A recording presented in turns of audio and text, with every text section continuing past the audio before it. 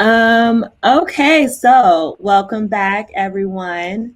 I hope you really enjoyed those sessions. We had an amazing time. I was able to chat with some people. Christina was chatting, and I'm sure you guys learned some amazing stuff from Michael K. I hope you guys were able to get help with those pitches and just some great pitch tips.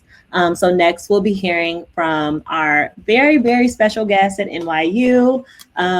They have continued to be amazing partners for the PRSA TriState conference. I know that when I first came to this conference back in 2017 as a little volunteer, I was so interested in the NYU SPS program, and now I'm currently in the program in the integrated marketing master's program. So I know that the exposure that I've gotten to NYU was just so amazing. And it was all through this PRSA conference. So I'm so grateful for that. And we can't thank you guys enough just in general for being great partners and for letting us use their facilities year after year. And we would definitely be there if we weren't at home. We'd be right over there, in person gathering. So, but we have to make do. So here we are. So I would like to introduce the moderator for our next panel, Unprecedented PR.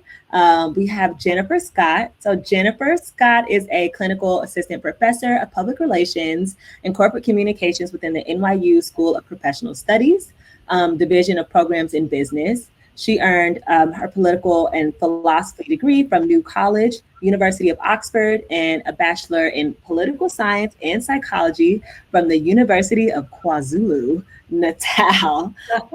So yes, without further ado, I'm going to let Jennifer take it away and introduce the rest of the panel to you guys. Thank you so much, Kennedy. Welcome, everybody. And it is my great honor to introduce our three panelists. First up, we have Lisa Ross, who is Chief Operating Officer of Edelman in the US, and she also leads the Edelman Washington, DC office. We also have Ken Kerrigan, who is a faculty member at NYU School of Professional Studies and also a vice president at Infinite Global. Ken is also the editor, or the author of a new book called Our Future in Public Relations, a cautionary tale in 3 parts, which came out last year. And it's finally my great delight to introduce Shaunice Hawkins, who is a faculty member at NYU School of Professional Studies and also at the New School, and the principal of Evolutions Consulting and Advising. I'm so delighted to welcome the three of you here today. And I think that if each of us, including all of you in the audience, thinks back on this time last year, February 2nd, 2020, the thing that probably interested us most was what was the groundhog saying. I don't think any of us could have ever imagined the seismic forces that were going to be impacting the world, our communities, and ourselves as individuals. We've had a global pandemic which has created a massive disruption to lives, to livelihoods, to societies, to economies, to how we do work. And then in the summer, the resounding voice of the Black Lives Matter protest, echoing throughout this country, but also internationally. And then we've watched this year at the rising second epidemic, the epidemic of misinformation, which has become widespread. And we've watched how social media has risen as an agent of false narratives, and how those false narratives don't just stay on social media, they have real world implications. And then we had a presidential election, the greatest voter turnout in 100 years, a transformative election, but also a highly contested election, and the consequences of that contested election still with us. And I think that, on top of that, if we look at what's going on right now, it hasn't stopped. We've got Redditors last week encouraging small investors to buy GameStop putting fear in the heart of the hedge funds. So, we're well on our way. Thank you, 2020, but it's not stopping. And if we look at things, what we'll realize is that PR and communications has been in the middle of every single one of these things. And we can also see how our profession has suffered. Frankly, we're experiencing a decline in trust as a PR and communications profession.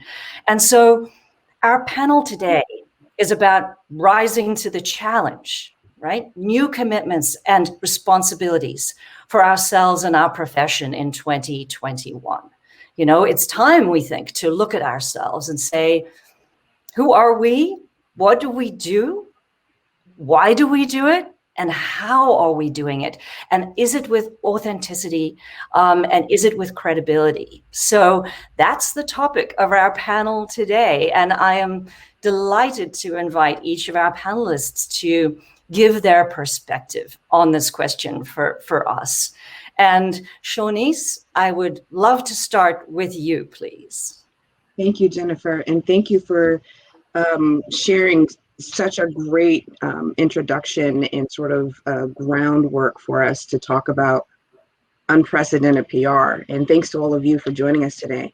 I think I'd like to springboard from your point around the racial injustice and what has been known as the racial pandemic of 2020 and really talk about sort of how that has extended even through 2021 and how it will continue to sort of inform the work that we do going forward. And last year in the wake of the deaths of Ahmaud Marbury and Breonna Taylor and George Floyd, and really countless others that don't have the sort of popularity or the media visibility around their unfortunate deaths. Society has really faced a moment of reckoning and reflection. And really reconciliation sort of in this global fight of racial inequity. And so we call this sort of colloquially the reckoning, right? It's this reckoning in terms of being this clarion call that would provide this, this ripple effect on everything that we know, every aspect of life, whether it's our workplaces or the brands that we've come to love, even our pastimes like sports. We've seen it sort of have a footprint or a hold in all of these things. And I think the most important piece of all of this is that brands responded, right? We saw everyone look, seemingly coming together and saying, hey, we are against injustice and when we support Black Lives Matter or we support racial equity. And that was all well and good. The problem is that some brands hurriedly made these statements, they engage in sort of what I call guerrilla activism and, to sort of save face optically. And they've put out hashtags and their screens went black and some people created merch, even had their CEOs make all of these statements about, we believe in racial equity.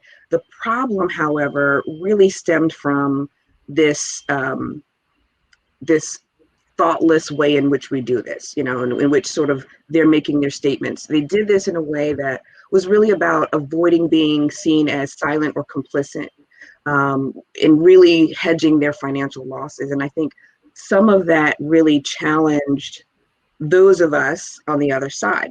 We're practitioners, but we're people also. And for people of color specifically, these rush efforts were seen less as support, but were more seen as performative activism or what's known as informally as woke washing, right? And sort of woke washing is when a corporation or an institution or an individual says or does something that signals their advocacy for either a marginalized cause or a marginalized purpose, but also continues to create sort of this harm to the vulnerable communities that it supposedly represents and supports. And so we've seen this, and without this thoughtful or mindful strategy or long-term plan of action, it's really, saying words with no substance. It seems disingenuous. It appears hollow, and it actually makes the industry and the practitioners who are sort of charged with overseeing or gatekeeping either the message or the firm or the brand, et cetera, as, just capitalizing or appropriating people's causes or pains for gain. And, we're not the only ones who see this in terms of other practitioners who operate ethically, but, our public see this.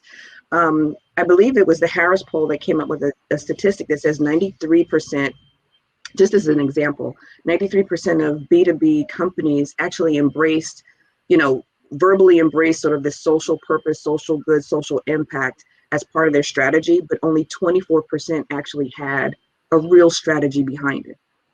So you're talking about this huge gap between 93% of us, of companies saying, yes, we're doing this, we believe in this, but only 24 actually having something substantially set as to support and drive that effort. And I think that in and of itself is just mind-blowing, because in each of these organizations, there's a PR person behind that, a communication strategist behind that should be leading the charge in terms of how do we get back to ethics? How do we create the authenticity in sort of these actions?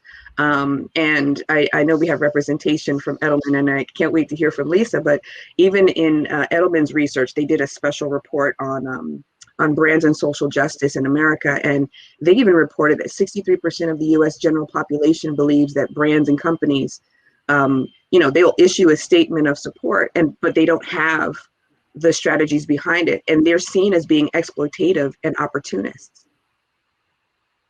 Opportunists, that's not what we are. We have a code of ethics that we operate from.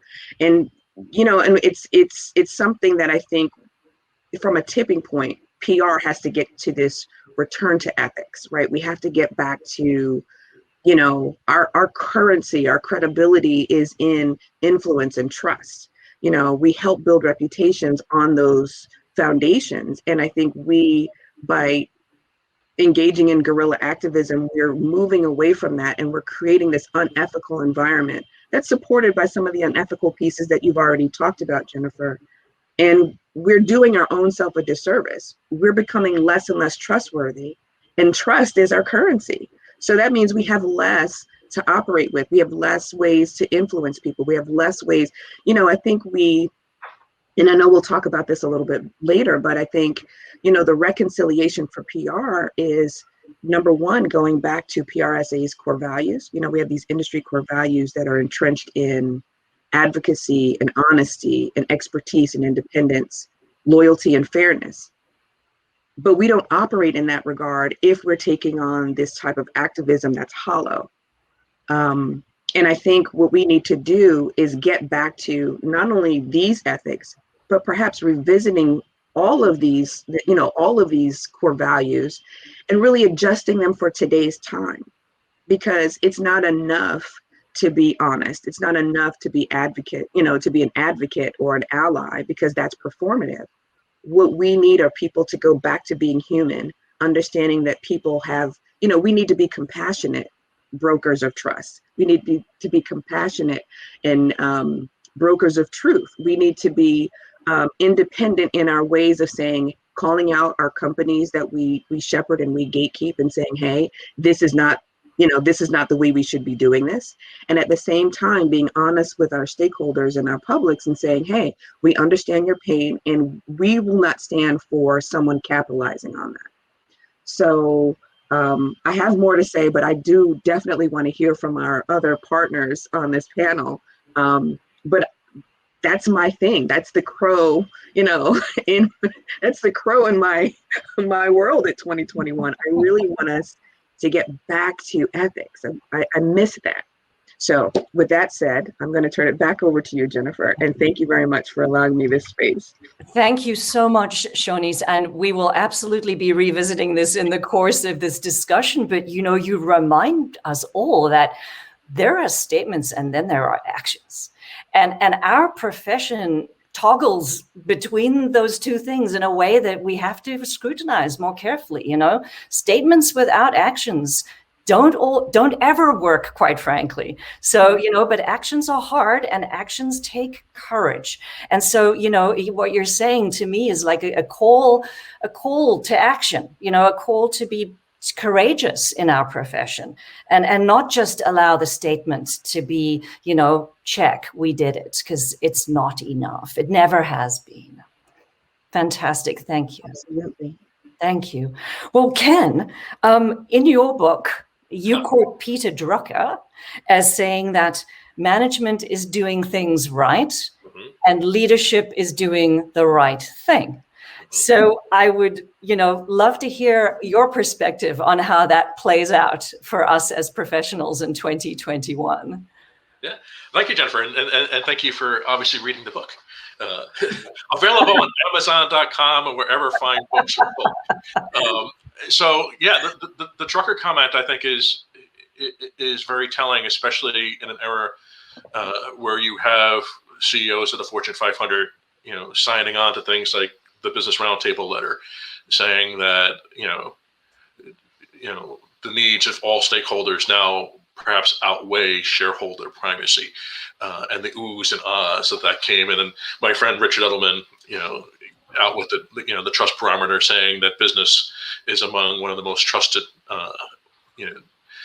stakeholders out there. And I'll talk about that in a minute, because we don't necessarily agree on that point.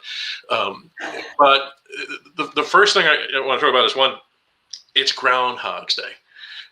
And while the unfortunate breaking news is the groundhog did not see their shadow this morning. So for those of you in a wintry climate, we're in for more winter. But when I think of Groundhog's Day, I think more of the Bill Murray film and things repeating themselves ad nauseum. And while it's clear we're working and living in unprecedented times today, I would argue that as a profession, we're not. We just forgot. And that the profession of public relations, as we know it in this country, actually formed in the 1920s. And it was actually 1923 when Ed Bernays, the so-called father of public relations, taught the first class in public relations at New York University. Go figure. And what was society going through 100 years ago? Well, it was coming out of a global pandemic, the Spanish flu. Ironic. That's where we find ourselves today. It's also coming off a world war. It was supposed to be the war to end all wars, so thank God we don't have that. But it was also coming out of an era of, pretty significant social injustice. Not quite equating it with what we've seen in 2020, but the abuse of immigrants in manufacturing sites. For those of you who were a student of those times, a student of public relations, the massacre at Ludlow, when the militia was called in to open fire against the striking coal miners, and how that sort of was the first milestone. And Ivy Lee, the other father of public relations, connecting business with society and trying to make those murders of those 53 people nicely go away when Rockefeller got woke and said, I should probably go visit the coal miners and shake some hands and take a few pictures. So that's the history. And ironically, starting in the 20s and the 30s and right up to World War II, the profession of public relations was really deeply respected. People like Bernays were really sought out at the highest levels and paid handsomely, even more so than some senior counselors are paid today. And then suddenly, in a post-World War II era, when PR and marketing started to merge together, it kind of all fell apart. And PR became a subservient of the CMO or the human resources manager, or worse. And we began to lose our way. So I think looking back at all that, what I'd really like to see in the coming decade, where we all know that the needs of business and society are going to continue to collide in ways more powerful than we even saw in the 1920s, that it's incumbent on us as current practitioners and the next generation, and I'm sure we have many, many students watching, to understand what is it going to mean to truly be that counselor for the coming decade. And it's going to mean a lot more than I'm a publicist or I'm an integrated marketer engaging with social influencers, because that's important, but it doesn't matter for many of the objectives that Shaunice was laying out. If you want to be the voice of a social conscience of your organization and be able to stand up in a boardroom and say, I don't think we're doing the right thing. I don't think our actions are authentic. I think we're woke washing. And here's what we need to do about that. You need to be in a position that you can practice what my friend Fraser Seitel, refers to as publics relations, and not just public relations. That means you need to understand that whole myriad of stakeholders that goes way beyond your customers if you're B2B or consumers if you're B2C, and includes everybody from NGOs to your employees. And I think one of the really interesting outcomes of the trust barometer is that businesses are viewed by employees as a trusted source of information. And that's true if it's authentic, because authenticity starts at home. But where I disagree is I don't think business leaders are looked to by society as sources of trust. And my barometer of that is my mom. And my mom doesn't give a damn what Jamie Dimon has to say today. And if Jamie Dimon says the vaccine works, go take it, she's going to say, I don't know, Ken, what do you think? Should I take the vaccine? And then she's going to say, who's Jamie Dimon? But internally, I think, we have to rise to a higher level as counselors. And that means we need to truly be, masters of business and how business functions, how businesses make money. It's not just enough to say, I know how to write a really great press release or to create that piece of content for social channels. And you need to be what I sometimes call actively listening to what's happening in society, so that the murder of George Floyd is not the moment where you say, there's a problem with racial injustice in America. We should probably do something about that. And I look to great examples like Starbucks, and it was years ago where everybody had a good laugh when, they decided to start talking about race. Now, they went about it the wrong way in saying baristas should engage people in conversation about race. But you look back at it all those years later and say, Starbucks is so far ahead of its time for a coffee house to say, we really need to have a public conversation about race in America. And that's the PR counselor. That's our job, is to really listen and be able to engage and push our clients or our organizations to that point where we can be that bridge to connect the needs of business and society, and not just the communications channel. And the last thing I'll leave, Shaunice, you mentioned action as key, and Richard's out there a lot talking about action communications, and it makes me think about the PAGE principles. And those who are not familiar with that, there's 7 PAGE principles that are sort of your guiding light for ethics and communications. And the first is tell the truth. Noble, nice concept, although truth is maybe a hard thing to define. But the second is prove it with action. And you can say all you want and all the niceties you want, but if there's no action behind it, internally and externally, the truth is just noise. So with that, that's my 10 minutes, and I'll kick it back to Jennifer.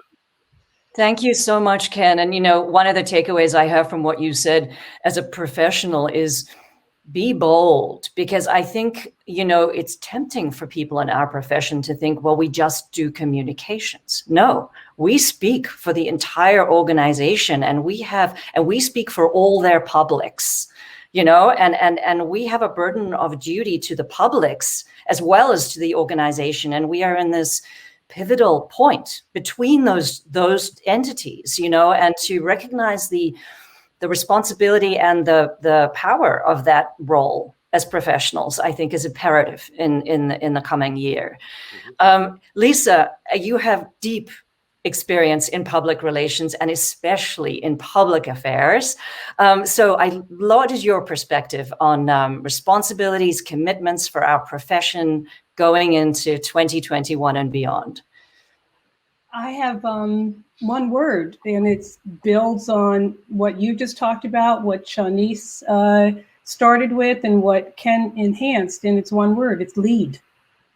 That is the responsibility. That is the opportunity for communications professionals now, and that is to lead.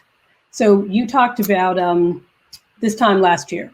So this, and both of you have mentioned the Edelman Trust Barometer, but this time last year, when we were rolling out the 2020 Trust Barometer, I thought, oh my God, this is so dismal, because the lack of trust in the four institutions, which are the pillars of society: business, media, government, and nonprofits. There was limited trust in any of those institutions. And the first year we talked about trust and competency. So even when there was high trust in nonprofits, it was like, but their capacity to drive change, I'm not sure about. And where business started to emerge was, I have belief that they are competent, and I'd like to believe that they will do the right thing. So that's how we started 2020. So when COVID hit, being the eternal optimist and always looking for a silver lining, I thought, this is a chance for a redo. This is like literally a chance. So business, media, government, nonprofits, we're facing a crisis. So this is a chance for you to redo. So we went into the field and we asked questions. What is your expectation of those four? And it was, I need somebody to lead. And in this case, I need business and government to work together and to lead. So this theme of like, somebody tell me, based on truth and based on integrity and based on competency, somebody tell me what to do. So fast forward to the murder, and I appreciate Ken, you using the word, for the murder of George Floyd and all of the Black men and women and others who have been murdered, and all the ones who have been murdered since. So we went into the field again, and both of you have talked about this research, and we came back out and said, for the general public and for employees, silence is not an option. Like, silence is not an option. And Shaunice started with this. And when you talk, you better follow up with some action. You better follow up with some action. And so we went into the field, and it was 63%, numbers we had never seen before. Were like, there is a problem with systemic racism in this country. Even higher degrees were saying, and business, you are responsible for doing something about it. And what is my expectation of what you will do? 1, you've got influence, use it. 2, advocate and educate yourself and others. 3, get your own house in order. For all of these companies that did this big talking about, I'm going to, I believe this, I believe this, I believe this. And even when we made our statement, which was stronger than most of our peers did, I said to Richard, no, that they're going to say, is Lisa Ross your most senior person of color? Who's on your board? Who's on the operating committee? Now, that can't keep you from speaking, but you can do it at the same time. And clients would say to us, okay, I don't want to say anything because our house is not in order. And I'm like, guess what? Nobody's house is in order. That's why we are having the situation that we are in. But you have a chance, what? To redo. So get your house in order.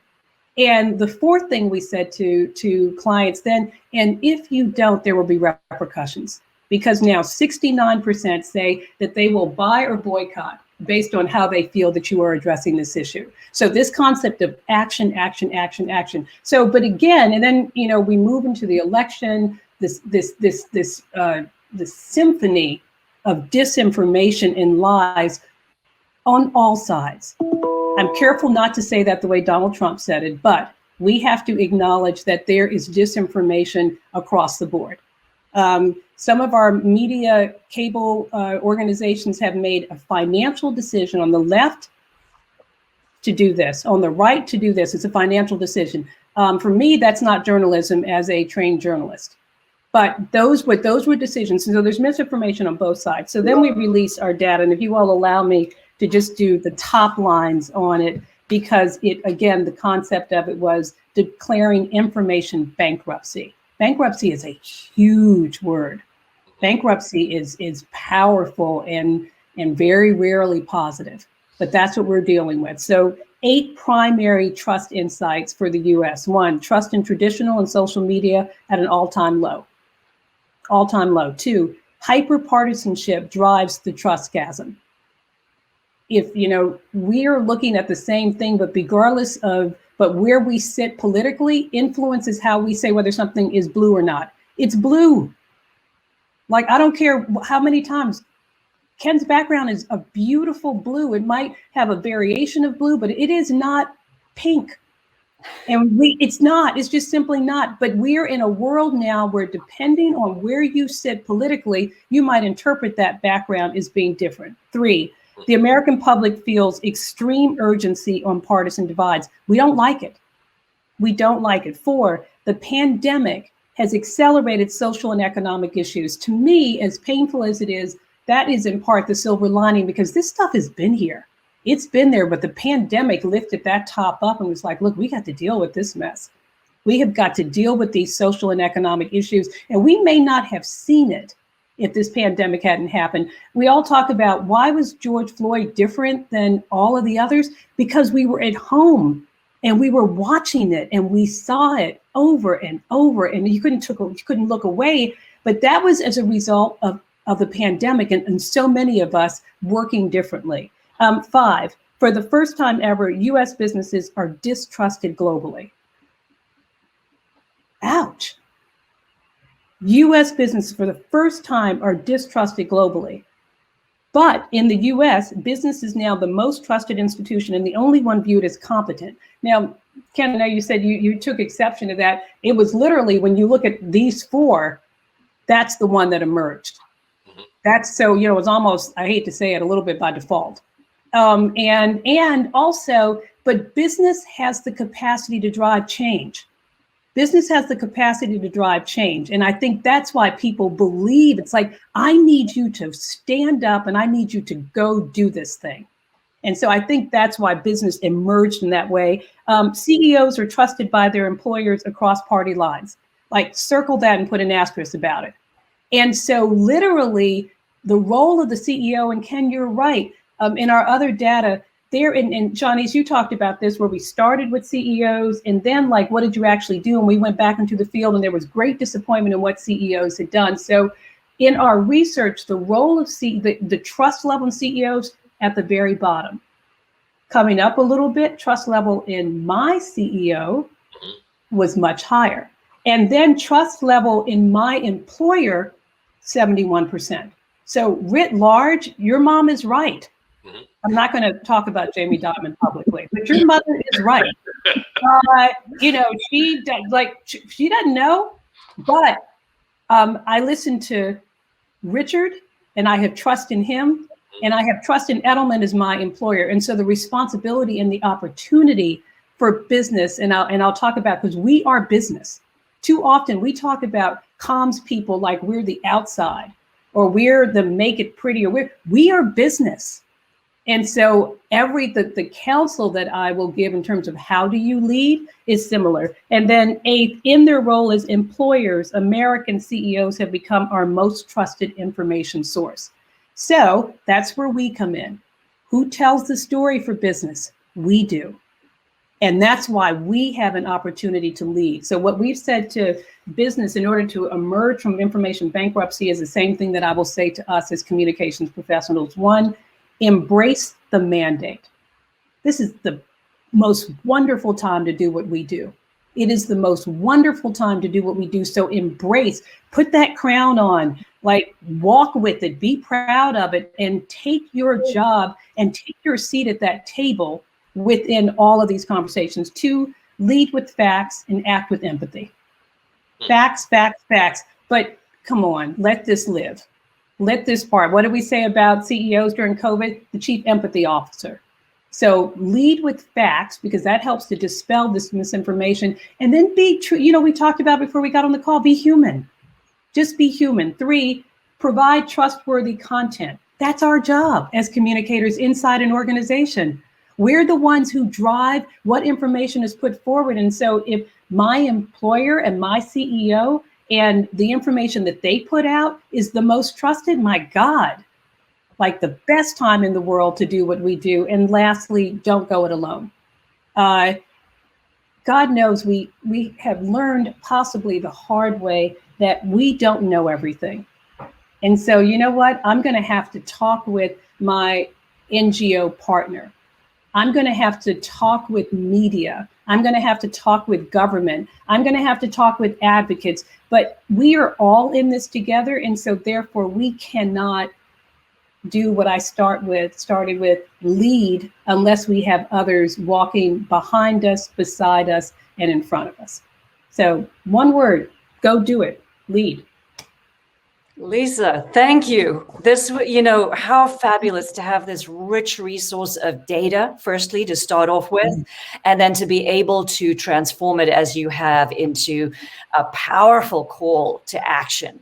And for us, as you say, we are a business. And even though trust in business has declined, trust in business is the best we have, and we have enormous opportunities at this very moment. So I really respect and appreciate what you're saying. We have a moment in the depths of everything that's around us. We as professionals, we as representing business, we have a moment, and we need to seize that moment now, because if now, then when, right? And I'm going to, I want to come back to Shaunice and ask you, Shaunice, for some thoughts on how that might play out practically. But before I do, I want to invite our audience to submit questions for our panel so that we can take hopefully a little time at the end to look at some questions. So please do that in the chat. And Shaunice, thoughts on what's been said, and how can we now start to move forward and take this kind of action? Well, thank you very much. And Jennifer, just, I want to hear from you, because I know that you have this enormous, repository of wisdom and wealth and knowledge and experience, and its depth. It's deep and it's rich, and I'll answer your question, but I do hope that you do add value to this conversation. I think we'd be remiss if we didn't include your voice in this. Thank you. But to answer your question specifically, I was thinking about this call to action, and I so appreciate the concept of leadership and really getting back to this sort of opportunity to recreate and rebrand and rebuild. For context, I come from the world. I was a diversity executive, chief diversity officer and executive before I got into communications proper. And so my lens is a little different. I come from a different perspective. And so from my perspective, I decided to think about the actions in terms of what can we do from an individual level and academic level, because I am a professor, right? What can companies and agencies do? And then what can the industry at large do? So if I think about it, I think from an individual perspective, it harkens back to what I said earlier, which is, and springboarding off of what Ken and Lisa said, which is really practicing this humanity, getting back to, number one, being human, understanding who we are, if it's mindfulness, if it's empathy, if it's compassion, whatever that is, find your own values. And when I teach my PR classes, I actually perform a values exercise, because we don't think of values. We have a tendency to carry them over from our parents, but we have to really crystallize what those mean for us individually, what we will stand for, what we won't stand for. If we have those clear lines, we won't falter. And usually if we're more entrenched in our values, we're less likely to negotiate away from them. And that helps guide you as sort of that go-between. And I love the way that Lisa talked about how we're right in between. I think we are the fulcrum of a scale where we're balancing the business as we're balancing the publics. And so as that fulcrum, we have to stand resolute and we have to stand firm, regardless as to how the scales are moving. And so that means from an academic standpoint, for me, I look at academia in terms of, we do teach, we have a requirement where we do teach ethics. And we do talk about sort of cultural competency classes. And I just so you know, I'm not talking about just, racial injustice. There's Me Too, there's climate change, there's, data privacy, there's the whole scope of causation, right, in the world. But really getting back to, social and emotional intelligence. I think that's missing from the curriculum. We're talking about ethics, we're talking about competency, but I think if we start embedding social and emotional intelligence as part of that curriculum, we can create more mindful practitioners versus trying to, they say don't teach an old dog, you can't teach an old dog new tricks. But if we start cultivating a new generation of mindful practitioners, I think some of the issues that we fall into in terms of whether or not we're being more money driven or we're being more public driven would be resolved. I think for agencies and companies, I think this is an opportunity for them to follow the legal model, which is, creating this pro bono social good requirement of all practitioners, really requiring them to work within the communities that they're in charge of communicating with. Get to know them. Police do that. Well, they should. Community policing, right? They should. I think that that's something we should do. And I think the industry at large, number one, years ago, back in, I think, 1999, I want to say, the PRSA actually published the National Credibility Index. Now, it might have been the precursor to the Trust Barometer, but I think it should work in concert with the Trust Barometer. So the Trust Barometer does what it does, and I'm a fan. I've been a fan for 1,000 years, so I'm like a junkie. I've even got the tattoos to prove it, right? But I think that the PRSA needs to go back to or revisit and revamp their National Credibility Index, which will not only identify those public, not only identify sort of those public personalities or opinion leaders who the public trusts, but also this is an opportunity, to Lisa's point, to lead, which is, okay, so what strategies and tactics are most effective and most resonant, specifically with marginalized groups, specifically with those groups that are raising these causes at a higher level. And then finally, and I'll turn this over to you, Jennifer, because I still want to hear from you, which is, I didn't forget, which is revisiting and refreshing sort of the industry's values. I don't think that they're complete enough.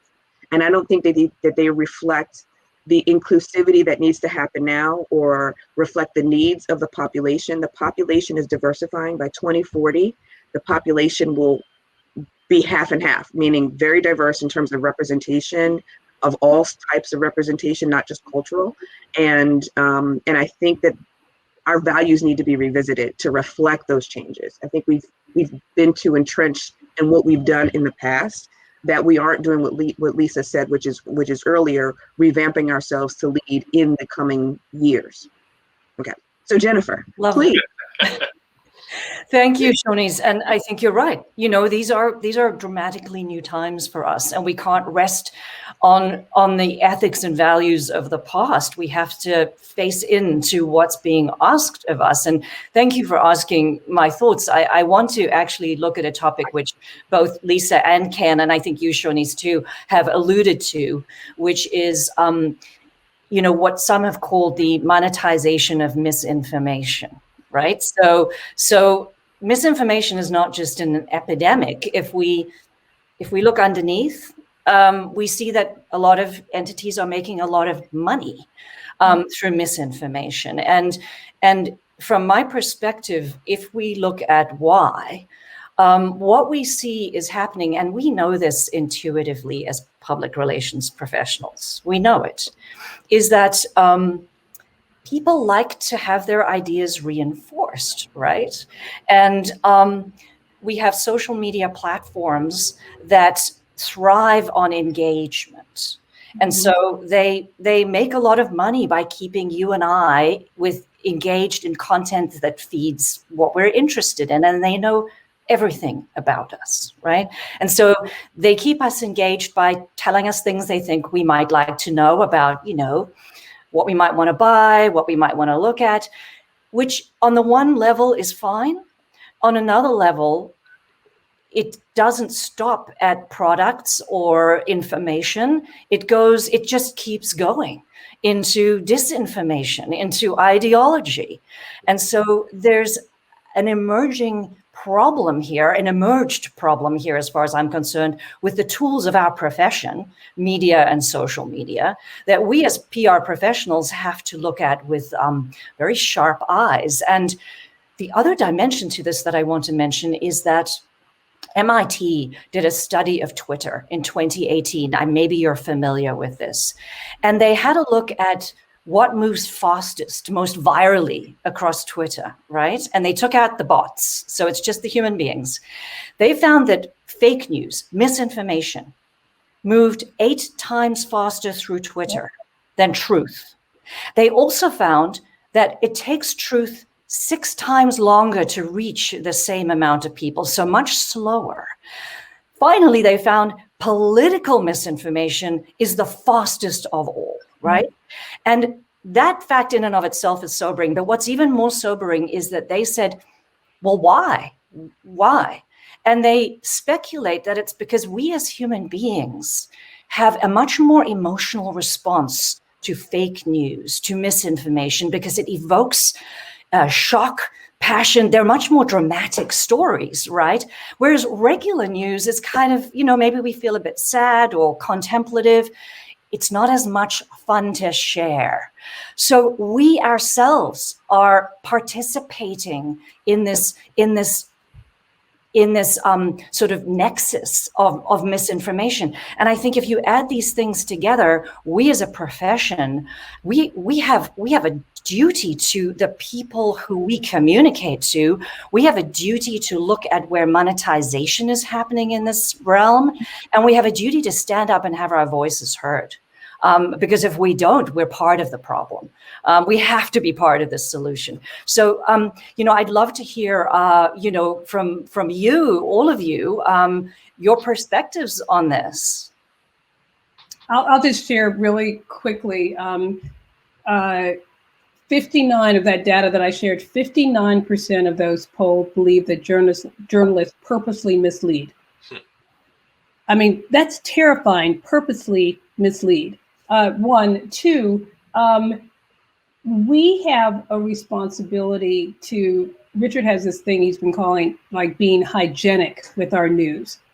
But like I've been really like thinking about it, like before I send something, before I say something, like I'm responsible for checking it.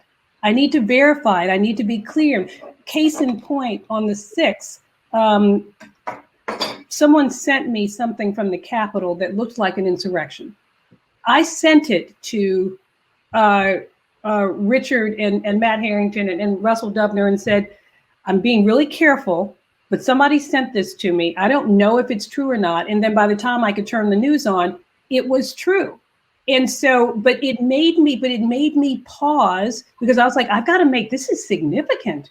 This is for real. If I pass along this news, I have a responsibility to make sure that it is hygienic and it is clean. And then the third thing, and I worry about this, and I'd love to know what you all think about this, because I worry about it. I think we have gotten so used to the drama. I think we've gotten so used to the what's going to happen today that I worry that we will crave our last president. We will crave that drama. We will crave all of that, and we will be bored and therefore disengage when it's just regular and routine, because we've been conditioned to be excited and we respond to it. I'd love to know what you all think about that and what we can do about it. Well, Lisa, I'll add to that. I think we've always craved drama, and I think for as long as there's been media and newspapers, the most read page in a newspaper is probably the gossip column. Way before the Washington pages or the business section. And I don't think that's ever going to change. But you mentioned in your comments earlier the powerful notion of bankruptcy of information and trust. But there's a very real bankruptcy that's occurred over the last decade, and that's the bankruptcy of the media. Yes, the fourth estate. And why is that? And that gets into some of the comments that Jennifer's made about the power of social media and the engagement and selling us stuff. And when I spoke at a PR TriState conference a couple years ago, when we could meet in person on stage, I said, truth needs a financial backer. Truth doesn't happen in a vacuum. And when our parents used to, crowd around the water cooler when something was happening in society to talk about what do we think, they very rarely said, well, what did the CEO say in that memo last night? They said, what did Cronkite say? What did Harry Reasoner say? And, I don't know if we'll ever get back to that point, but we need to get back to the point of the Fourth Estate being trusted again. And, one of the things I said famously, and, got me in a little bit of trouble because people were live tweeting it at that PRSA conference, was I said, the PR profession and the advertising profession bear responsibility for the problem we're in, because we found social media to be our holy grail for showing clients, data and results of engagement, because we could pay for it. And in doing so, we took money that would have gone to the New York Times or the Wall Street Journal or the Evening News and sent it to Facebook. And as a result, reporters lost their jobs. Our really smart students said, I'm not going to be a journalist. That's crazy. I'm going to be a PR person. I might even make more money. And we broke truth. And one of the actions I have is the question of tithing. What if every communications division said, we're going to take 10% of our marketing budget for the year, and we're going to send it to our local media so that they can go and hire really smart reporters and tell the truth. Because if we keep saying we can do it ourselves or empower our CEOs to be the truth teller, that may work if you work for that company, but it doesn't work for the needs of business and society. So truth needs a financial backer. That's my call to action. I love that. Tithing, hygiene.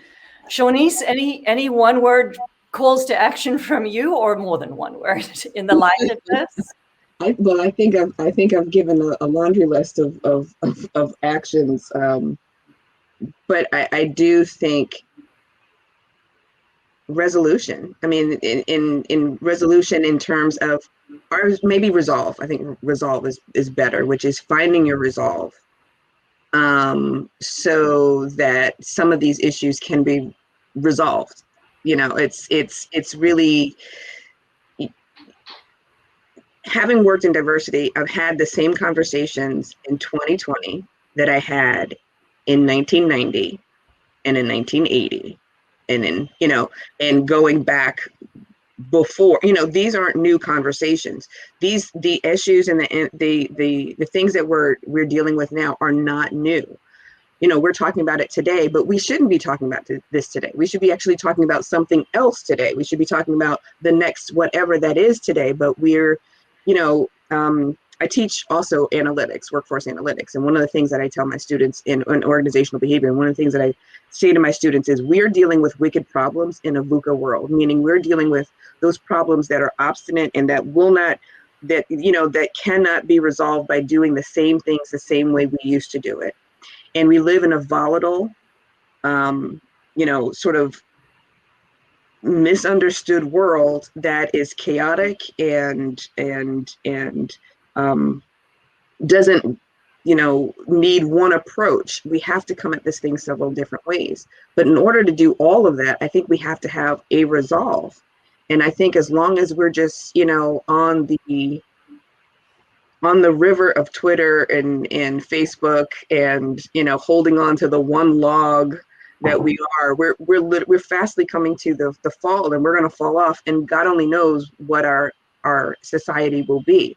And if I can blame anything, I mean, I'm gonna echo my pundits in media, since we're in this space. I blame, but I really think that reality TV and the sensationalism and a lot of this, false reality, the scripted stuff that we've seen over the years, has been our downfall. To Lisa's point, being a journalist, the difference between journalism and what we see now is that journalism used to be fact-checked. It used to go through a cadre of people who said, okay, let me see this.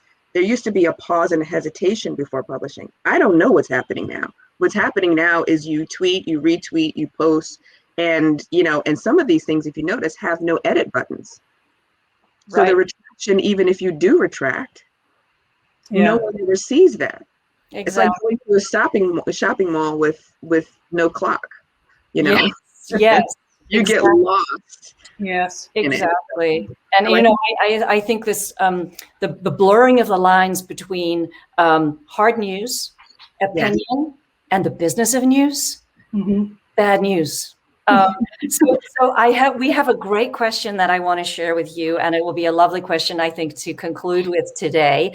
It says, to the panelists, I was struck by the power of Amanda Gorman's poetry at the inauguration. Above all the fact-based, truth-oriented commitments made from the stage from the politicians, it was possibly the most powerful, engaging, and memorable. Is there a danger that when we overcorrect in an effort to fill the truth and trust vacuum, we forget about empathy and emotion and the power of poetry? How do we balance this? So a counterpoint. Any thoughts before we close from Lisa? May I ask you for your reaction first? Yeah, well, one, the question gave me goosebumps because it brought me back to that moment in that time. And I think summarizing the various things that I've heard from the other panelists, Ken has reminded us that we've been through hard times before, our industry and our nation, and we came out of it, and we will again. Shaunice has talked very appropriately about the intersection of DEI and the broad definition of DEI, but that's also rooted in here. And Jennifer, you brought to life what we had touched on, and that is the commercialization and monetization of not being honest. Let's just say is of not being honest.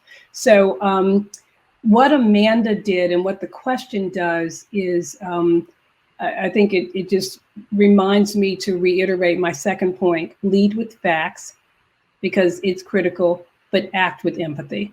And the two of those things go together. Lovely. Thank you, Lisa. Ken? Yeah, I'll add to that with the thought, words matter. And as a profession, we have to be, the masters of rhetoric, just like the sophists were in ancient Greece. And, going into the inauguration, you heard all the pundits say, oh, Biden's very demanding when it comes to speechwriters. He's very tough on his speechwriters. So we all waited with breathless anticipation for this unbelievable speech from President Biden. I don't think anybody remembers a word that Joe Biden had to say. They remember Amanda Gorman because of the power of the word and the ability of the word to connect with people.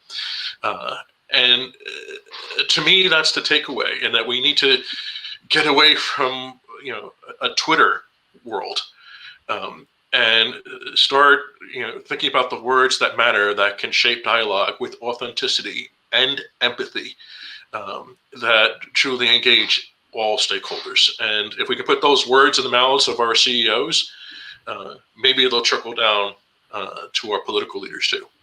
Lovely. Thank you so much, Ken. Shaunice, in the minute or so we have. I'm going to defer mine to you. I'm going to defer my time to you. So I'm going to hear from you, please. Thank you. Well, I think that, firstly, to thank all of you today. These are brilliant insights to take. And I'm gonna watch this conversation on the recording, quite frankly, because I want to really take it to heart, and I encourage our audience to do the same. And I'll leave you with really one thought from me, and it's been part of my identity, which is, well, it's actually two thoughts, of course. To thine own self be true. Okay. Be true to yourself, and then speak truth to power. And if you can stick with those two principles as a PR professional, you will have a more complicated time of it. You will be challenging yourself more, but you will have a profession well lived. So I'm going to leave us with that. And thank you to all of you. It's been a pleasure. And thank you to the PRSA. I hope the rest of the conference is wonderful. Thank you all. Thank you. Bye, everyone. Bye.